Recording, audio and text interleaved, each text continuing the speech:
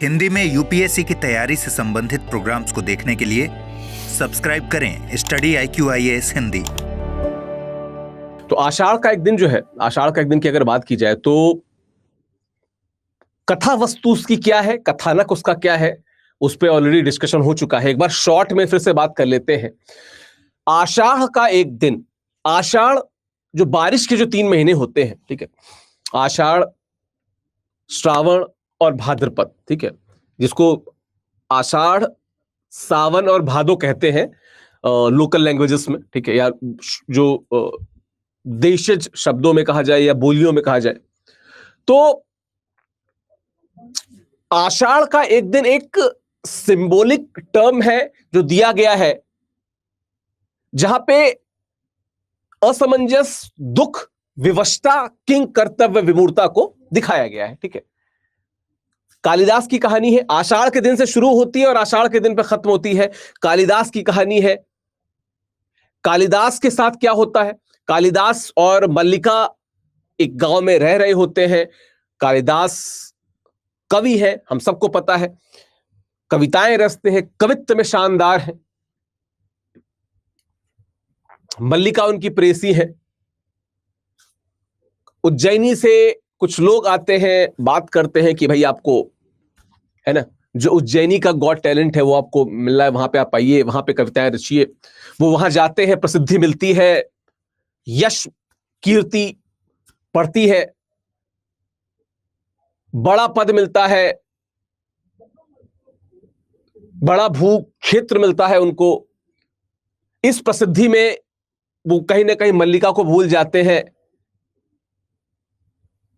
प्रियंगु मंजरी से उनकी शादी हो जाती है, लेकिन शादी होने के बाद और इस प्रकार की यश और कीर्ति प्राप्त होने के बाद भी उनकी जो रचना थी वो उस स्तर की नहीं आ पाती जो वो पहले रचा करते थे जब वो गांव में रहते थे। हालांकि गांव से उज्जैनी तक का सफर और उसके बाद राजकाज का सफर जो था उनका, उनकी हमेशा से सदिच्छा यही करने की नहीं थी।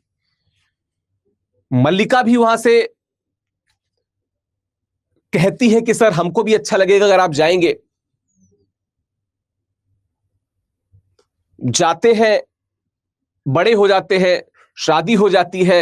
मल्लिका को बात पता चलती है तो मल्लिका को खराब लगता है। अब बात क्या है कि मल्लिका उसी गांव में रह रही है, स्थिति खराब होती जाती है।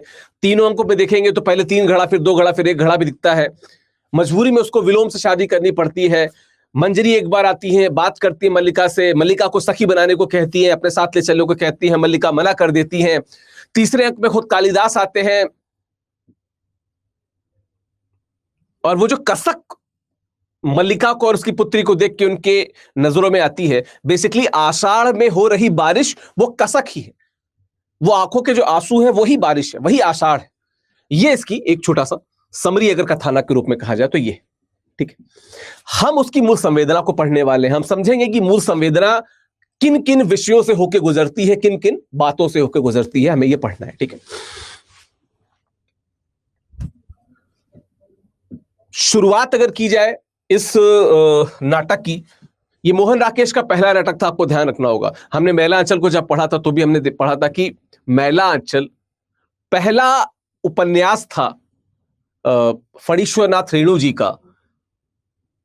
अगर बड़े स्तर पे देखा जाए तो पहला प्रयास था किसी लेखक का आंचलिक उपन्यास की तरफ जो इतने बड़े स्तर तक पहुंचा कि हम यूनियन पब्लिक सर्विस कमीशन के सिलेबस में उसको पढ़ रहे हैं, ठीक है। तो बात की जाए अगर मैला आंचल की, तो जो प्रमुख विषय जिनसे ये डील करता है, ठीक है, प्रमुख विषय जिनसे मैला आंचल डील करता है वो क्या है, प्रमुख विषय क्या है इसमें?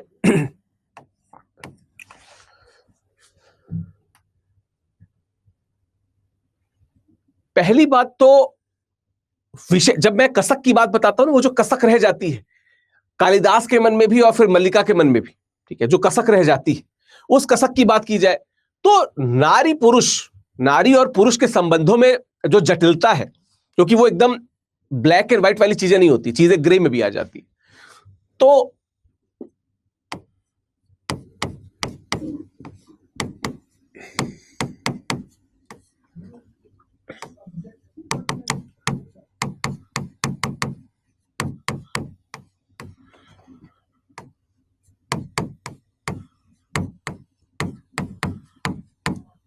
ठीक है।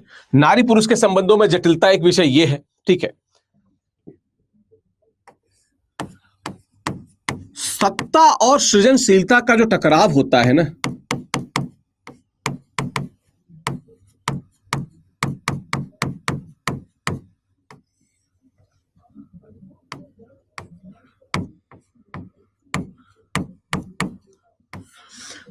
सत्ता और सृजनशीलता का जो टकराव होता है वो देखने को मिलता है। और इन सब से ऊपर, ठीक है, इन सब से ऊपर जो सबसे स्पेशल बात है वो क्या है?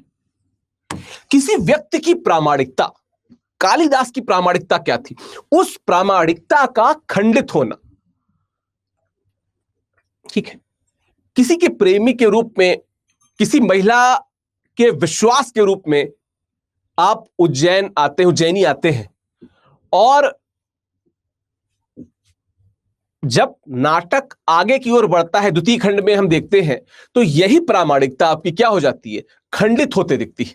यह खंडित होना बहुत सारी चीजों से जुड़ता है। यह जटिलता भी इसी कारण आती है, यह टकराव भी इसी कारण होता है कि आपकी जो प्रामाणिकता थी वो क्या हो रही है? खंडित हो रही है। तो क्या है कि व्यक्ति की प्रामाणिकता,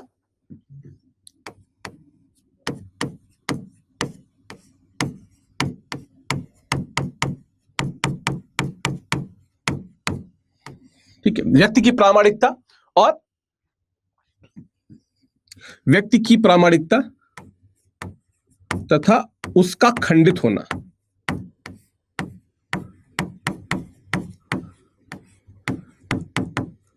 ठीक है।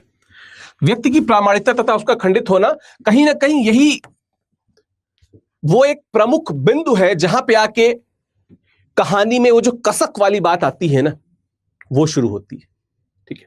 अगर आपसे मैं एक उदाहरण साझा करूं तो एक वेब सीरीज आई थी बंदिश बैंडिट्स करके। बंदिश बैंडिट जो वेब सीरीज थी, उसमें जो सीजन 1 था उसका, उसमें वो जो किरदार रहता है जो दूसरे साइड से आता है, अतुल कुलकर्णी का किरदार रहता है। अतुल कुलकर्णी का किरदार जब वहां पे गाना गाता है और वो जो पहला शब्द बोलता है विरह, उस विरह को सुन के जो कसक समझ में आती है ना, वो कसक आपको पहुंचा देती है कहां तक? मल्लिका तक। कि मल्लिका के मन में क्या कसक होगी। हो जाती है विलोम से उसकी शादी, मजबूरी में निभा तो कर ही रही है, पर क्या वो जिंदगी जी रही है? क्या वो कालिदास को अपने दिल से, दिमाग से निकाल चुकी है? नहीं। क्या कालिदास निकाल चुके हैं? नहीं। फिर क्यों उस प्रसिद्धि की तरफ अपनी प्रासंगिकता को छोड़ के आप चले गए? ये बात यहां पे, ये जो क्या कहते हैं आषाढ़ का एक दिन है, वो यहां पे डील करती है, ठीक है। और क्या बिंदु है, अगर हम थोड़ी डिटेल में जाने की कोशिश करें तो और क्या बिंदु हैं जिन पे हम लोग बात कर सकते हैं, ठीक है। अगर आप क्या कहते हैं आषाढ़ का एक दिन को अगर डिटेल में पढ़ेंगे, अगर उसकी स्टोरी को, लाइन को ध्यान में रखेंगे, तो कुछ कुछ बिंदु हैं जो लगातार आते रहते हैं। हम उन्हीं बिंदु पे बात करेंगे, क्योंकि हम आषाढ़ का एक दिन की जो मूल संवेदना है वहां तक पहुंचना चाहते हैं कि आषाढ़ के एक दिन के द्वारा अगर मोहन राकेश कुछ हम तक संप्रेषित करना चाह रहे थे तो क्या संप्रेषित करना चाह रहे थे, हम वहां पे आते हैं, ठीक है।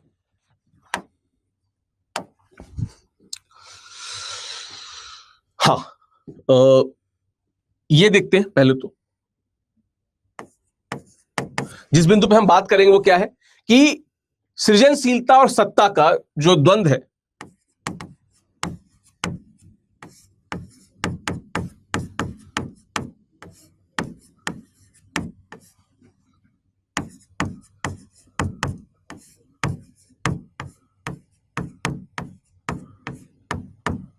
ठीक है।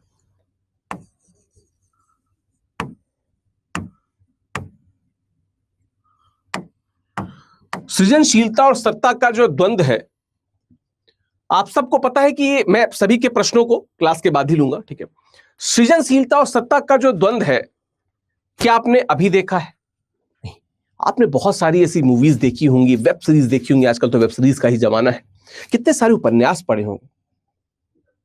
आपने देखा होगा ना कि वो बहुत गांव का बड़ा ही प्यारा, सबका दुलारा गायक रहता है, शहर जाता है, शहर में उसको एक नए गुरु मिलते हैं, वो नए गुरु के द्वारा एक नई जिंदगी को पाता है और नई जिंदगी में उसको बहुत सारे आकर्षण मिलते हैं और उन आकर्षणों के चक्कर में वो अपने गांव को, गांव की सादगी को, गांव के लोगों को, गांव में रह रहे अपने प्रेम को, सबको भूल जाता है। कई सारी मूवीज में आपने ये पटकथा देखी होगी। आषाढ़ का एक दिन बेसिकली उसकी ही बात करती है, लेकिन यहां तक आने से पहले ये चीजें आई क्यों? सृजनशीलता और सत्ता के द्वंद्व को अगर देखा जाए तो आपको किसको चुनना चाहिए? जैसे मैं कई बार स्टूडेंट से बात करता हूं कि आप IAS क्यों बनना चाहते हैं, इंडियन एडमिनिस्ट्रेटिव सर्विस तक क्यों जाना चाहते हैं? क्या आप कुछ मजबूत बदलाव लाना चाहते हैं? कुछ ऐसा समाज को देना चाहते हैं जो समाज को एक अधिकारी के तौर पे कभी किसी ने न दिया हो? आप किसी विशेष प्रकार के बदलाव को समाज में लाना चाहते हैं, या आप सत्ता के लिए जा रहे हैं, पावर के लिए जा रहे हैं? बच्चे बहुत कंफ्यूजन में रहते हैं, बिल्कुल वैसे ही जैसे कालिदास यहां पे कंफ्यूजन में रहते हैं। यही कंफ्यूजन कालिदास में भी देखने को मिलता है, ठीक है? और देखो, सत्ता का जो सुख होता है ना, हमने तो इतिहास पढ़ा हुआ है, पितृहंता जो डायनेस्टी थी उसके बारे में पढ़ा हुआ है, दिल्ली सल्तनत के बारे में पढ़ा हुआ है, मुगल काल के बारे में पढ़ा हुआ है। सत्ता किसी की सगी नहीं हुई। इसमें कोटेशन होता है कि kingship knows no kinship, kingship knows no kinship. जो राजशाही होती है ना, वो रिश्ते नहीं देखती है।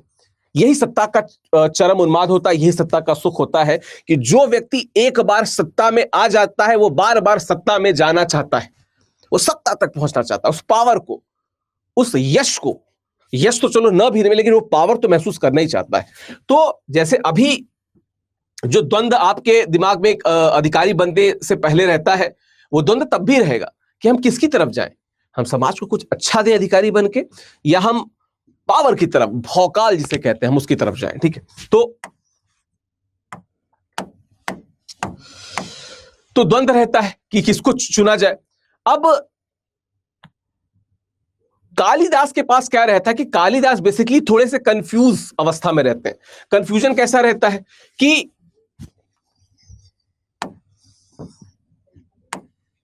क्या है, गांव में क्या है? गांव में आत्मीयता है, आजीविका नहीं है। गांव में आत्मीयता है लेकिन आजीविका नहीं है। ठीक है, लेकिन उसका उलट जो दूसरा है वो क्या है? शहर में आजीविका है, शहर में आजीविका है लेकिन आत्मीयता नहीं है।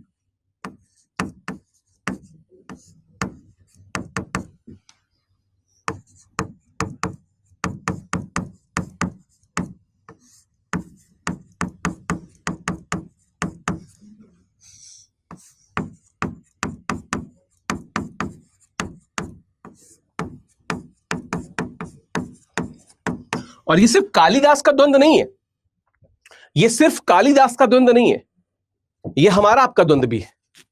मैं इलाहाबाद में था तो वहां पे हम लोग शाम को निकल जाते थे, चौराहे पे चाय पीते थे, डिस्कशन करते थे, सुबह सुबह बन मक्खन खा के चाय पी के 1-1 घंटे बात कर रहे हैं। और हमेशा वो बात प्रोडक्टिव हो जरूरी भी नहीं है, कई बार प्रोडक्टिव भी होती थी पर नहीं भी होती थी, लेकिन वो आत्मीयता थी। गांव जाइए और आत्मीयता, आपको पता भी नहीं है कि लोग आपको जानते हैं, जिनको आप नहीं जानते वो लोग भी आपको जानते हैं और आपको रिस्पेक्ट करेंगे कि आप कहां से आए, किसके घर से आए। They will respect you, at least they will recognize you.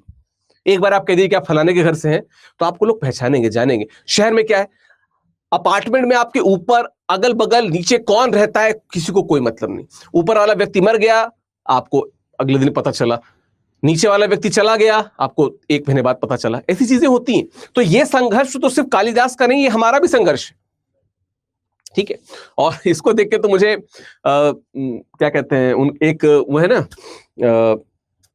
Qawwali करते थे, उनका नाम भूल गया हूं, तुम तो ठहरे परदेसी वाले, उनका नाम नहीं याद आ रहा है। अल्ताफ राजा, अल्ताफ राजा का एक वो शेर है, मतलब ऐसे शेर तो बड़ा साधारण सा है कि क्या कहते हैं, जब कभी अकेले में मेरी याद आएगी, केशों के दामन से तुम भी भीग जाओगे, कुछ ऐसा आंसुओं के ऐसा कुछ करके तुम भी भीग जाओगे, है ना उनका। तो उसमें एक जगह कहते हैं, मतलब साधारण सा है लेकिन इसको लिखते हुए मुझे याद आया कि उसके घर में दरवाजा है ये से बोलते हैं वो, उसके घर में दरवाजा है लेकिन उसे खतरे का अंदाजा नहीं है, मुझे खतरे का अंदाजा है लेकिन मेरे घर में दरवाजा नहीं है। तो ये ऐसा ही है कुछ कि गांव में आत्मीयता है लेकिन आजीविका नहीं है, शहर में आजीविका है लेकिन आत्मीयता नहीं है। ये कालिदास का जो द्वंद्व है ये निरर्थक द्वंद्व नहीं है। आप में से जो भी, आपने एक डायलॉग सुना होगा भाग मिल्खा भाग का, वो उसमें कहता है कि जो आकाश में परिंदे उड़ते हैं ना, वो जमीन के पौधों से दोस्ती नहीं करते। आप भी जब आईएएस बन जाओगे और फिर कभी आज आपको लगता होगा कि आप विकास सर से बात कर लेते हैं, फलाने सर से बात कर लेते हैं, फलाने दोस्त से मिल लेते हैं, आईएएस बन जाओगे तो फिर बड़े लोगों से बात करोगे, ये कमिश्नर वो कमिश्नर, ये मुख्यमंत्री वो मंत्री, उनसे बात करोगे। तो बस वैसा ही है, ठीक है। तो ये सारी चीजें, ठीक। और कालिदास यहां पे एक चीज स्वीकार भी करते हैं, कालिदास यहां पे स्वीकार भी करते हैं, क्या कि दोनों विकल्प, ये जो दोनों विकल्प हैं,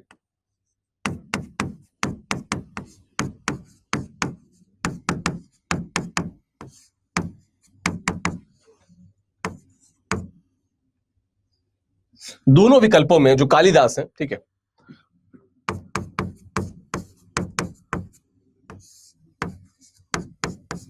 कालिदास को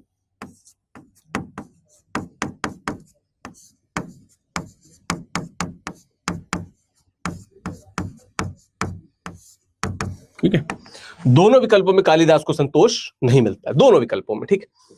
जाहिर सी बात है, किसी के साथ भी है भाई, एक न एक जगह पे किसी न किसी चीज को आपको तिलांजलि तो देनी ही पड़ेगी, चाहे वो आजीविका हो या आत्मीयता हो। और हार्श ट्रूथ ये है कि आप आजीविका की तरफ ही जाओगे, आत्मीयता से जिंदगी गुजर बसर तो होता नहीं, भूखे भजन ना होए गोपाला, तो भूखा न रहे आदमी इसलिए शहर की तरफ जाता है। खैर, तो ये बात है। गांव में एक दिक्कत और भी है, वो चराना, गाय वाय चराना उनको पसंद नहीं आता, गांव चराना पसंद नहीं, और शहर में जाके उनको इज्जत, यश, धन, दौलत, बंगला सब मिल रहा है, बस मां नहीं है, मां मतलब आत्मीयता, वो गांव में। तो एक ये बड़ा द्वंद्व है जो उसमें देखने को मिलता है, ठीक है, एक बड़ा द्वंद्व है ये जो उसमें आपको देखने को मिलता है, किसमें, कालिदास के किरदार के साथ में। तो सृजनशीलता की तरफ जाए जो गांव में है, या सत्ता की तरफ जाए जो शहर में, ये द्वंद्व आपको देखने को मिलता है यहां पे, ठीक। तो द्वंद्व की बात मैंने यहां पे कर ली। और जाहिर सी बात है वो शहर में क्यों जाते हैं, आजीविका का प्रश्न रहता है, आजीविका का प्रश्न है, और भौतिक अभाव गांव में देखे हुए हैं, तो जाएंगे गांव में, सॉरी शहर में। तो पहला क्या है, सृजनशीलता और सत्ता का जो द्वंद्व है वो उनको यहां पे देखने को मिलता है। दूसरी बात क्या है इसमें, दूसरा अगर पॉइंट में बताऊं जो मुझको निकल के आता दिखता है, क्या है, क के बाद क नहीं आएगा, क के बाद क्या आएगा, ख आएगा। तो दूसरा बिंदु है वो क्या है, जो मैंने यहां पे प्रामाणिकता की बात की, जितने भी पात्र, जो प्रमुख पात्रों की बात कर रहा हूं, चाहे वो मल्लिका हो या वो आदरणीय कालिदास जी हो, जितने भी पात्र हैं वो प्रामाणिकता के लिए परेशान है। प्रामाणिकता क्या होती है, कोई कह दे कि हाँ बस तुम हो और तुम ही हो, ठीक है, गाना भी है ना कि बस तुम ही हो और मेरी जिंदगी तुम ही हो, तो मल्लिका भी यही चाह रही है कि बोल दे, ठीक है। मल्लिका क्या है, मल्लिका शुरुआत में कहती है कि नहीं तुम जाओ, यश कमाओ, मैं ठीक हूं। वो यश कमाने जाते हैं और कुछ और भी चीज कमा लेते हैं, और फिर मल्लिका अपनी प्रामाणिकता खो देती हैं, करती हैं विलोम से शादी। क्या वो शादी में खुशहाल रहती हैं, नहीं रहती हैं। और जो तीनों अंक हैं, तीनों अंक में जो धीमे धीमे जो घड़े को कम होते दिखाया गया है, दैट शोज कि उनके जिंदगी से जो चैन है, जो आराम है, जो मानसिक शांति है, कम होती जा रही है, ठीक है। तो वो भी हमको देखने को मिलता है क्या, कि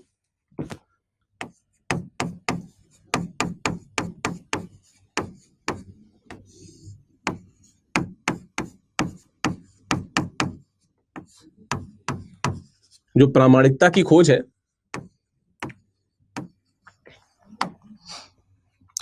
प्रामाणिकता की खोज में मल्लिका भी है और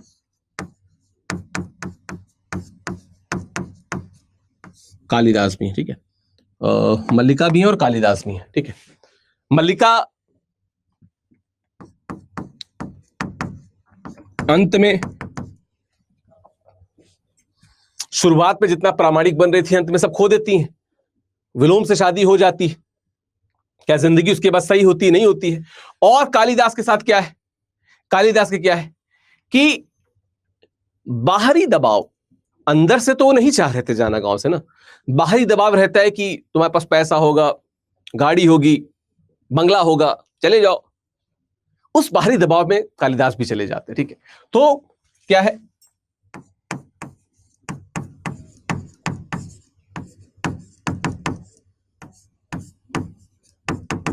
बाहरी दबाव में वो क्या होते हैं, अपनी प्रामाणिकता खो देते हैं। ठीक है,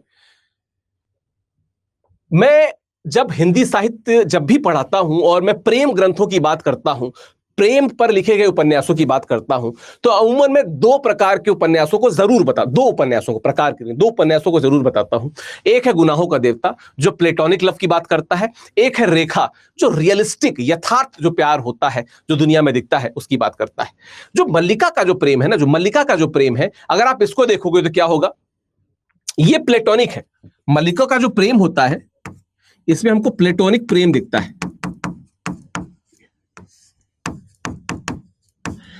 कालिदास का क्या है,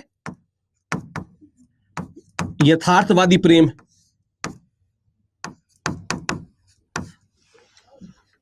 कालिदास का यथार्थवादी प्रेम, मल्लिका का प्लेटोनिक लव है, कालिदास का यथार्थवादी है ना। मल्लिका अपने प्यार के लिए, अपने प्यार मतलब जो कालिदास हैं उनके लिए अपने दिल से समझौता कर लेती हैं। मल्लिका अपने प्यार के लिए अपने दिल से समझौता कर लेती हैं, क्योंकि प्यार, प्लेटोनिक प्यार जो होता है, प्लेटोनिक लव जो होता है, वो जब त्याग करता है ना तो बहुत सार्थक खुद को पाता है, जो प्लेटोनिक लव होता है। What about Kalidas? कालिदास के साथ क्या होता है, कालिदास पहली बात तो बाहरी दबाव में अपनी प्रामाणिकता खो ही देते हैं। ठीक है, तो ये प्रामाणिकता की बात है। ठीक है, ये उसको लिखो दो यहां पे वरना कंफ्यूजन हो जाएगा।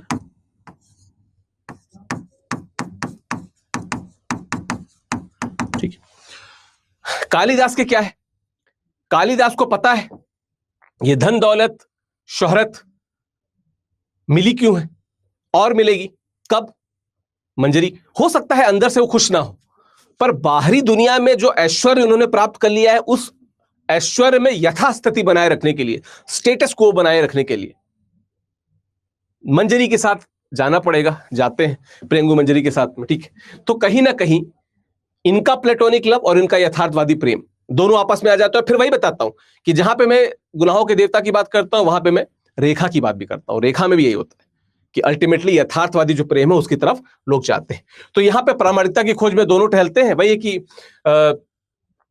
दुविधा में दोनों गए, माया मिली ने राम। कालिदास का अंत वैसा ही, मतलब इसमें कालिदास का जो अंत दिखाया वही है कि अंदर से ही जब संतुष्टि नहीं है तो खुश कैसे रहेंगे, क्योंकि खुशी तो अंदर से खोजनी होती है ना। तो यहां पे हमको ये चीज देखने को मिला। ठीक है, ठीक है। फिर क्या है, कुछ चीजें और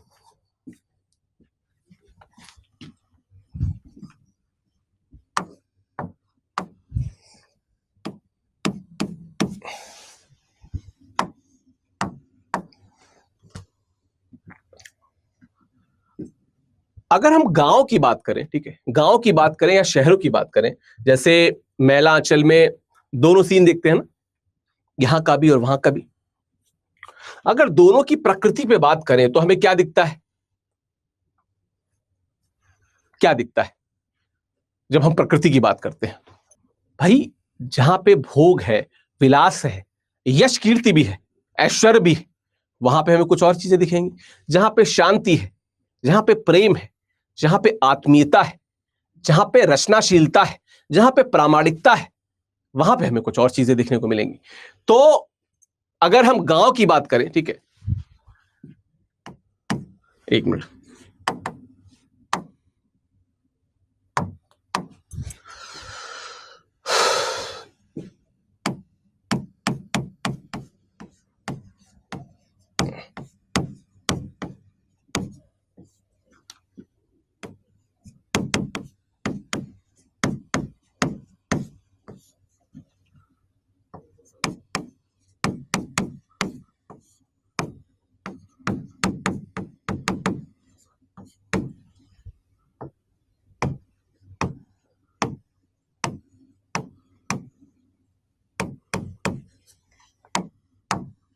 ठीक है। गांव तथा शहर में यदि व्यक्ति प्रकृति संबंध की बात करें तो कितना भी ऐश्वर्य मिल जाए, आप वो याद करिए, प्रियंगु मंजरी कोशिश करती है कि आसपास वही माहौल बनाया जाए, माहौल बना लेती है पर वो खुद मल्लिका नहीं बन पाती। वो द्वंद्व भी आपने देखा है, माहौल बना लेती है पर क्या वो मल्लिका बन पाएंगी? नहीं बन पाएंगी। और न वो माहौल वास्तविकता में शहर में आ पाएगा। गांव की जो आत्मीयता है, गांव की जो शांति है, वो शहर में रेप्लिकेट कर पाना इज नेक्स्ट टू इम्पॉसिबल। वही चीज यहां पे महसूस करती है कौन? प्रियंगु मंजरी। ठीक है, प्रकृति से गहरा संबंध भी है कालिदास का। ठीक है,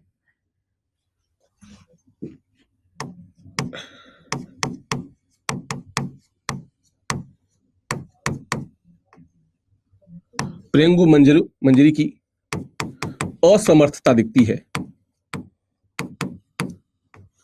प्रियंगु मंजरी की असमर्थता दिखती है क्योंकि व्यक्ति का जो प्रकृति से संबंध है वो धन से जुड़ा नहीं है, सत्ता से जुड़ा नहीं है, वो कृत्रिम नहीं है, वो नैसर्गिक है। और वही दिखता है, तभी तो वो जाती भी है कि सखी बना लेंगे, साथ चल लो, नहीं होता है, नहीं मानती है वहां पे मल्लिका, है ना। तो एक हमको यहां पे ये एक दिक्कत दिखती है। ठीक है, दूसरी बात क्या है कि कहीं ना कहीं हमको एक अलग प्रकार की आधुनिकता और पीढ़ी अंतराल भी देखने को मिलता है। ठीक है,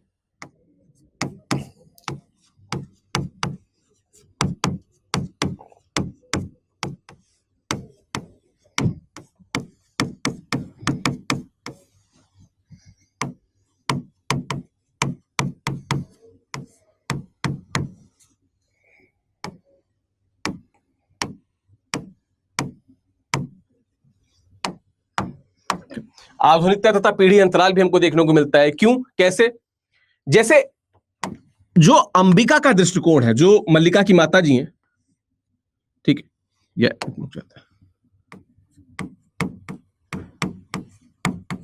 अंबिका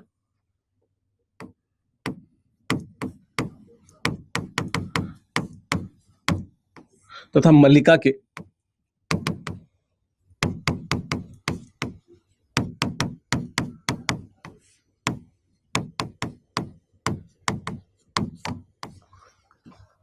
होता है ना, कोई नया व्यक्ति होता है, वो दुनिया को जैसे देखता है, कोई अनुभवी व्यक्ति दुनिया को अलग तरीके से देखता है, वो यहां पे देखने को मिलता भी है हमें। ठीक है, एक मिनट रुकना जरा, इसको थोड़ा सा,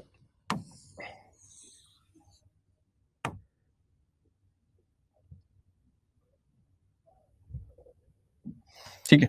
तो दृष्टिकोणों में हमें वहां पे अंतर देखने को मिलता है, मल्लिका के और अंबिका के। ठीक है, दूसरी बात क्या है, जो अंबिका है इसमें से,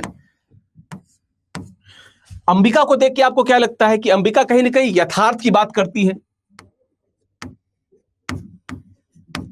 और कैसे यथार्थ? कठोर यथार्थ की बात करती है।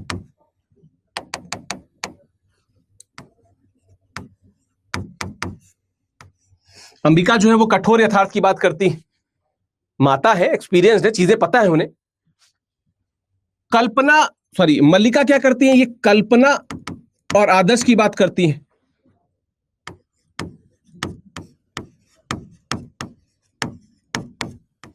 ठीक, मल्लिका कल्पना और आदर्श की बात करती हैं। ये आपको भी पढ़ते समय लगा होगा कि मल्लिका और अंबिका दोनों के व्यवहार में अंतर है, दोनों के विचारों में अंतर है, और अल्टीमेटली अंबिका का जो व्यू पॉइंट है वही लास्ट में सही दिखता भी है, सेकंड खंड दूसरे वाले जो अंक है उससे दिखने लगता है। तो ये एक डिफरेंस यहां पे देखने को मिलता है। और ये दृष्टिकोण का अंतर किस कारण है? अंबिका का जो अनुभव है उस कारण है, क्योंकि अंबिका ने दुनिया देखी है, प्रेम किया होगा, प्रेम टूटा होगा। मल्लिका के साथ क्या है, मल्लिका ने प्रेम किया है, उन्हें लगा है प्रेम पे भरोसा जिस हिसाब से समाज कर लेता है, उन्हें नहीं पता कि प्रेम पे भरोसा करना इतना ब्रूटल हो सकता है, जो यहां पे देखने को मिलता है। ठीक है, तो कहीं ना कहीं हमें ये देखने को मिलता है। ठीक है, और क्या चीजें हैं जो हमें यहां पे देखने को मिलती हैं, जो थोड़ी सी अलग है, जिन पे हम लोग बात कर सकते हैं?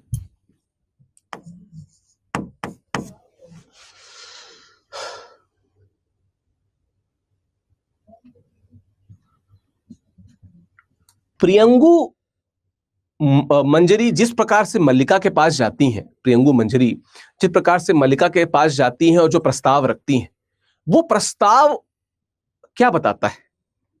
कि आप भावनाओं को नहीं समझते, आप मल्लिका से एक प्रकार से कॉम्प्रोमाइज करने की बात कहते हैं। वो मल्लिका जिसने अपने जिंदगी के सभी सुखों को खो दिया, वो मल्लिका, उससे आप क्या कहें, एक प्रकार से कॉम्प्रोमाइज की ही बात हो रही है जो करती हैं। तो वो हमको कहां से देखने को मिलता है? वो जब हम बात जिसको देखते हैं, किसको, हाँ, जो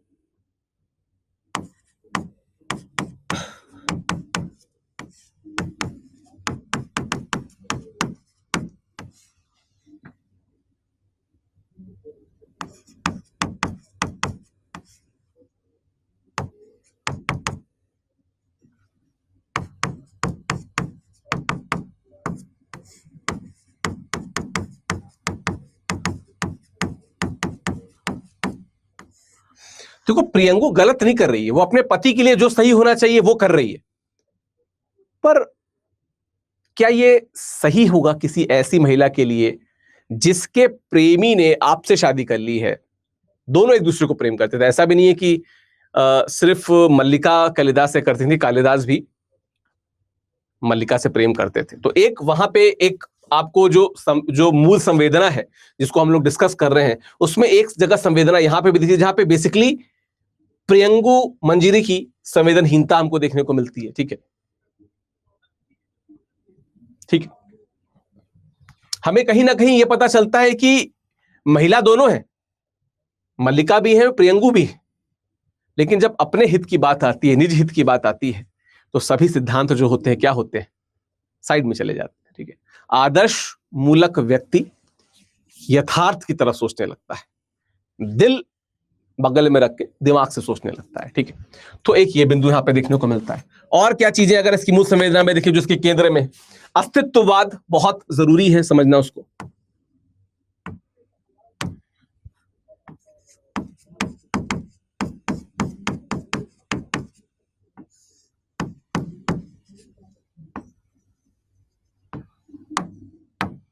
ठीक है, अस्तित्ववाद की अगर बात की जाए तो क्या है, कालिदास जिस समय अपने यश और कीर्ति के शीर्ष पे होते हैं, क्या वास्तविकता में उस समय भी अगर आप उनकी पर्सनालिटी को, उनके विचार को या उनके दिल में झांकोगे तो क्या आपको स्वतंत्र दिखेंगे? नहीं दिखेंगे, क्योंकि उनका दिल, उनका जो वास्तविकता में अंतर्मन है, जो उनका कॉन्शियंस है, वो तो गांव में है, मल्लिका के साथ में है ना। तो क्या वो वास्तविकता में स्वतंत्र है? नहीं स्वतंत्र है, वास्तविकता में स्वतंत्र नहीं है। कौन? कालिदास। ठीक, तो अस्तित्ववाद हमको देखने को मिलता है कि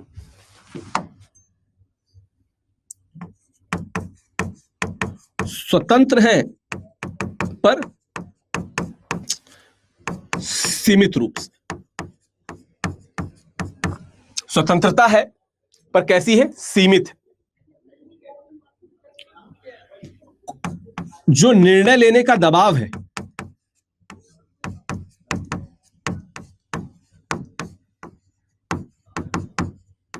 जो कालिदास पे निर्णय लेने का दबाव है, और इस निर्णय के कारण, ठीक है, जो उत्पन्न वेदना है, इस निर्णय के कारण जो उत्पन्न वेदना है, उसको भी कालिदास महसूस करते हैं। और ये वेदना सिर्फ कालिदास अपने लिए नहीं महसूस करते, मल्लिका के हिस्से की वेदना भी कहीं ना कहीं उन्हें झंझोड़ती होगी। मल्लिका के हिस्से की जो संवेदना है वो भी कहीं ना कहीं उन्हें झंझोड़ती होगी। ठीक है, इसी दौरान उन्हें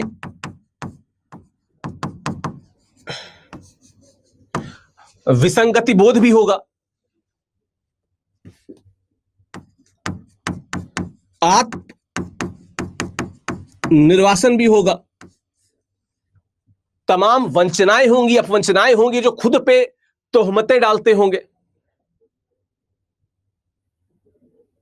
जो कालिदास के माध्यम से दिख भी सकता है। मल्लिका तो सब सारे घूट पी जाती, लेकिन वो आत्मनिर्वासन तो होगा जहां पे आदमी खुद को,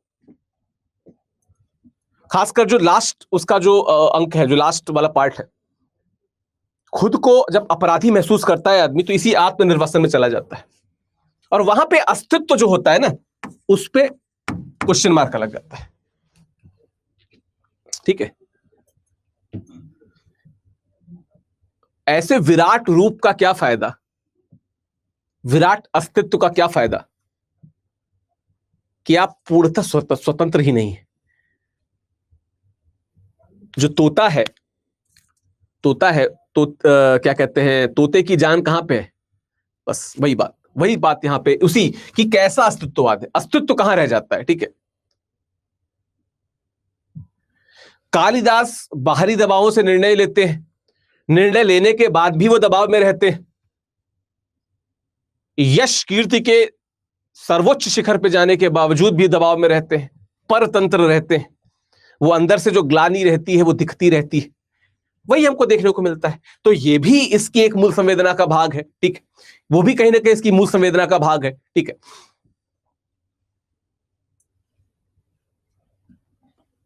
अंत में जो कालिदास की स्थिति रहती है कि सब कुछ पाकर भी खो देते हैं सब कुछ, अंत में उनकी जो कसक दिखती है आषाढ़ के उस दिन में,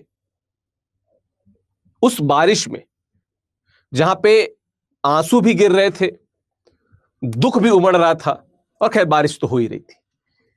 तो वो जो अस्तित्व को खो देते हैं, ठीक है, बहुत कुछ पाके अपने अस्तित्व को जो खो देते हैं, वो भी कहीं ना कहीं मूल संवेदना के चारों ओर आपको देखने को मिलेगा जब हम बात करते हैं किसकी, जब हम बात करते हैं आषाढ़ का एक दिन की। तो हमने अभी मूल संवेदना की बात की, किन किन बिंदुओं से होते हुए कहानी अंत तक पहुंचती है, या कहानी में वो कौन कौन सी मूल बातें हैं जहां पे हम कहानी को समझ पाते हैं, जहां पे कहानी कुछ एक अलग नैरेटिव लाती है। और वो नैरेटिव्स क्या है, उन नैरेटिव्स को हमने यहां पे डिस्कस किया। बेसिकली नाटक है, नाटक मंचों पे परफॉर्म किए जाते हैं, तो उनको लिखा भी वैसे जाता है। तो जाहिर सी बात है कि जब ये मंचों पे इस प्रकार के कालजयी नाटक प्रस्तुत किए जाते होंगे, तो ये जिन चीजों को हमने मूल संवेदना देखा, ये चीजें जरूर जो निर्देशक होते होंगे वो डिस्कस करते होंगे एक्टर्स से कि देखो ये चीजें यहां पे टूटता है। जैसे आपने देखो, कोई आप नेटफ्लिक्स पे कोई वेब सीरीज देखो, तो उसमें बहुत सारी चीजें कि रहस्यमयी संगीत, ठीक है, पीछे एक क्या कहते हैं तूफान की आवाज आती हुई, ये सारी चीजें क्या होती है, ये सभी चीजें आपको उस कैरेक्टर को समझने में या उस सीन को समझने में सपोर्ट करती है। मूल संवेदना वही है। मूल संवेदना आपको आषाढ़ का एक दिन नाटक के जितने भी सीन है, जितने भी बदलाव है, जितने भी भाव है, जितने भी रस है, उनको समझने में योगदान देती है। और इसीलिए हम किसी भी महाकाव्य की बात हो, कहानी की बात हो, उपन्यास की बात हो, नाटक की बात हो, हम मूल संवेदना की बात करते हैं कि क्या है मूल संवेदना, ठीक, ताकि हम उस भाव, उस रस को उसी प्रकार समझ सके जिस प्रकार मोहन राकेश जैसे बड़े नाटककार ने लिखा है। ठीक, तो ये था जो हमने पढ़ा यहां पे कि मूल संवेदना क्या है। ठीक है, कि मूल संवेदना क्या है। नेक्स्ट बात क्या है कि इसका जो नामकरण पे जब हम आते हैं,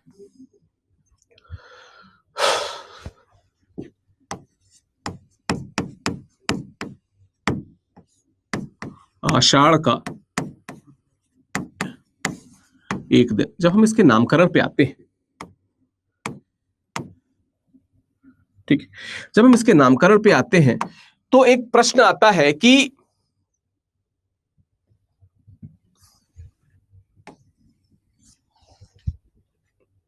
क्यों, ठीक, क्यों आषाढ़ का एक दिन? क्योंकि आषाढ़ एक ऐसा महीना आता है, ऐसा महीना होता है जहां पे बादल मिलते हैं और बिछड़ते हैं। मतलब होते तो सावन और भाद्रपद में भी है, पर तुम देखो ना कि आषाढ़ शुरुआती महीना होता है। भादो का एक दिन भी लिख सकते थे, भाद्रपद का एक दिन भी लिख सकते थे, आषाढ़ का एक दिन क्यों लिखा है? क्योंकि आषाढ़ वो शुरुआती महीना होता है जहां पे पहले बादल मिलते हैं, और फिर जब बादल बरस जाते हैं तो फिर बिछड़ भी जाते हैं। इसीलिए उन्होंने भादो का एक दिन नहीं लिखा है, आषाढ़ का एक दिन लिखा है। ठीक है, तो आषाढ़ के, ठीक है,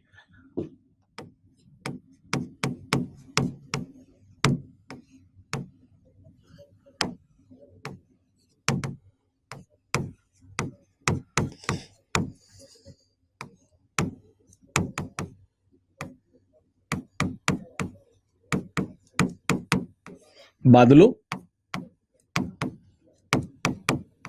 मेघों का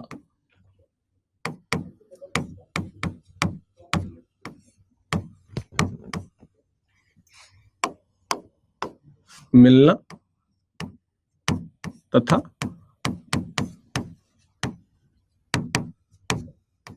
तथा बिछड़ना। ठीक है, मिलना तथा बिछड़ना, इसलिए इसको आषाढ़ का एक दिन। यहां पे आप उन बादलों में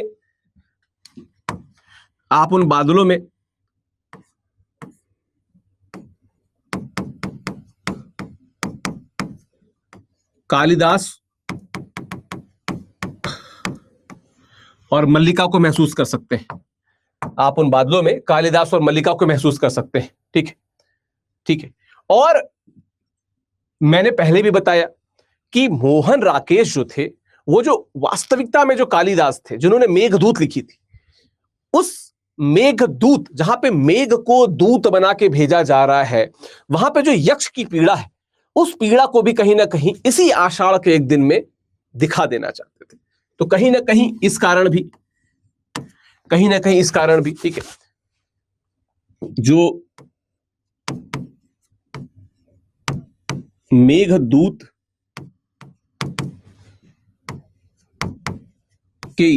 का जो यक्ष रहता है, ठीक है, कि यक्ष की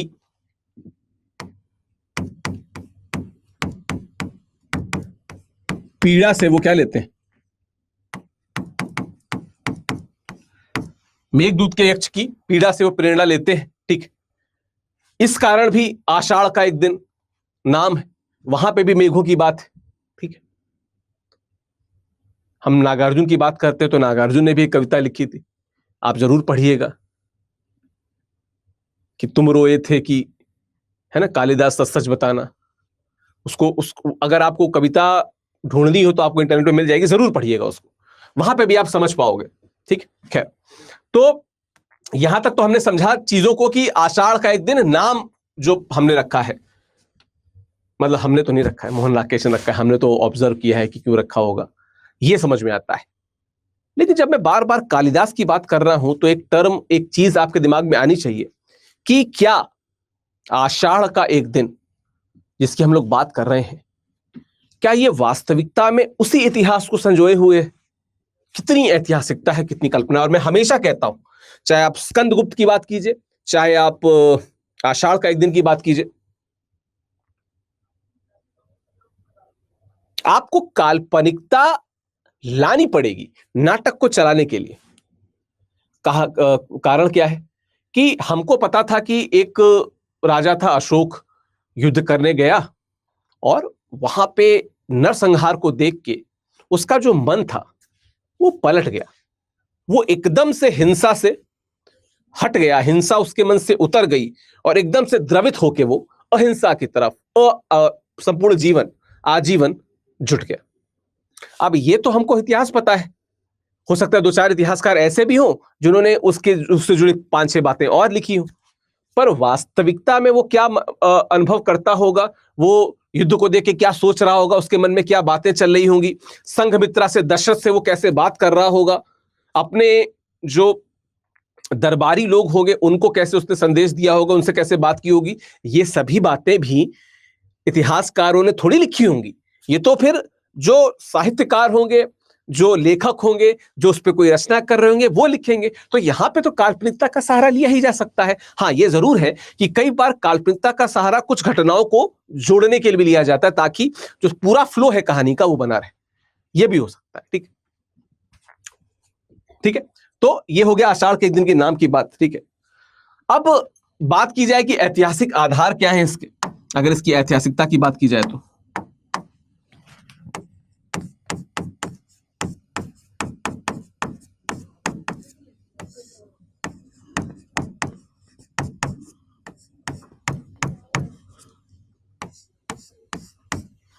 ऐतिहासिक आधार की बात कर ली जाए तो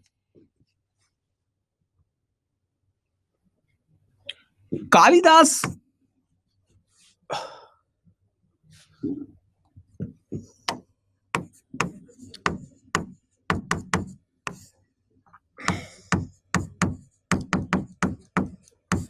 कुछ कुछ इसको ऐतिहासिक आधार बनाया गया है।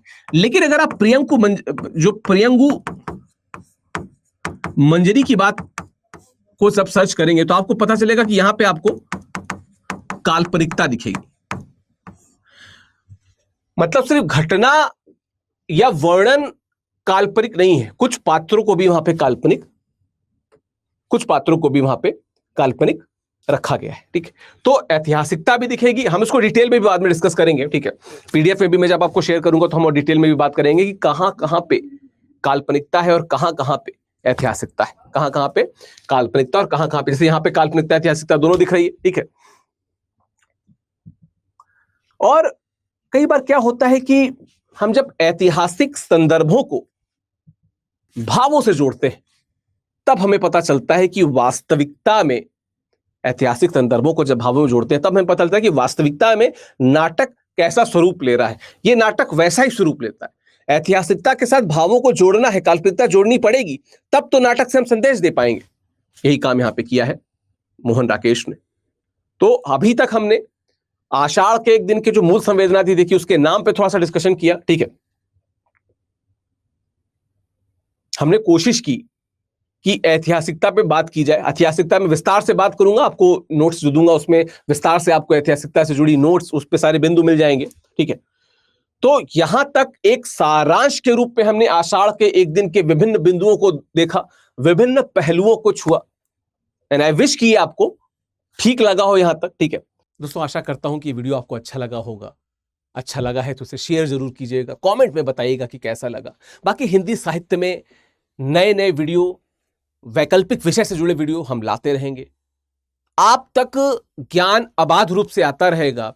बस एक रिक्वेस्ट कि अगर आप हिंदी साहित्य वैकल्पिक विषय से जुड़ना चाहते हैं तो हिंदी साहित्य का जो वैकल्पिक विषय है उसका बैच नंबर जो 14 है वो 15 मार्च को उसमें एडमिशन क्लोज हो रहा है। यानी कि जो होली का अगला दिन है, होली के अगले दिन इस बैच में एडमिशन क्लोज हो रहे हैं। ठीक है, तो अगर आप हिंदी साहित्य वैकल्पिक विषय से जुड़ना चाहते हैं, जो कि शायद इस समय यूपीएससी का सबसे आसान और सबसे ज्यादा नंबर देने वाला ऑप्शनल सब्जेक्ट है, तो आप अभी नीचे लिंक दिया होगा वहां पे क्लिक कर सकते हैं। नहीं तो studiiq.com विजिट करके भी आप हिंदी साहित्य वैकल्पिक विषय से जुड़ सकते हैं। ठीक है, साथ में अगर आप उससे टेलीग्राम से जुड़ना चाहते हैं तो आपको, एक मिनट, अगर आप टेलीग्राम में जुड़ना चाहते हैं तो बस आप टेलीग्राम पे जाइए और उसके सर्च बॉक्स में डालिए @OFFICAL ऑफिशियल VIKAS। ठीक है, ऑफिशियल विकास करके डालेंगे तो आप उससे टेलीग्राम में जुड़ सकते हैं। बाकी मेरी ईमेल आईडी है vikas.singh@studiiq.com।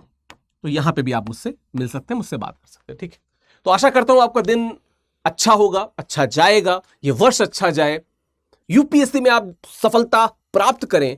पूरी शुभकामनाएं। Thank you so much. Hindi में यूपीएससी की तैयारी से संबंधित प्रोग्राम्स को देखने के लिए सब्सक्राइब करें स्टडी IQ IAS हिंदी।